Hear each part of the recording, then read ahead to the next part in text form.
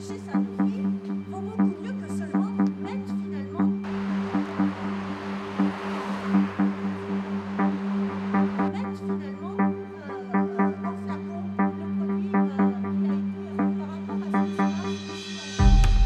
Dans notre pays, 77 238 de nos concitoyens. Les vaccins qui ont été découverts par les différents laboratoires pharmaceutiques doivent tomber dans le domaine public et c'est la demande que nous formulons à Pfizer, ici, qui est le premier laboratoire à avoir mis sur le marché un vaccin contre la pandémie.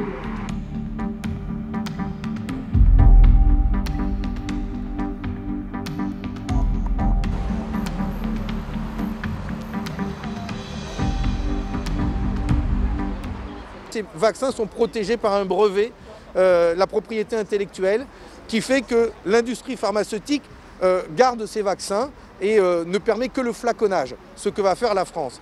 Et donc pour pouvoir vacciner librement et largement dans tous les pays, il faut que ces vaccins tombent dans le domaine public.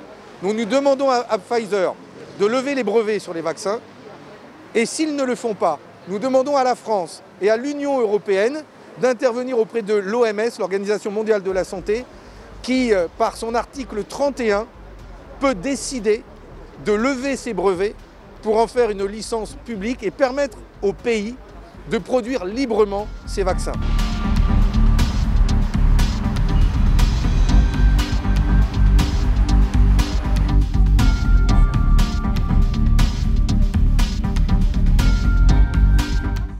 On est en retard au niveau de la vaccination en France.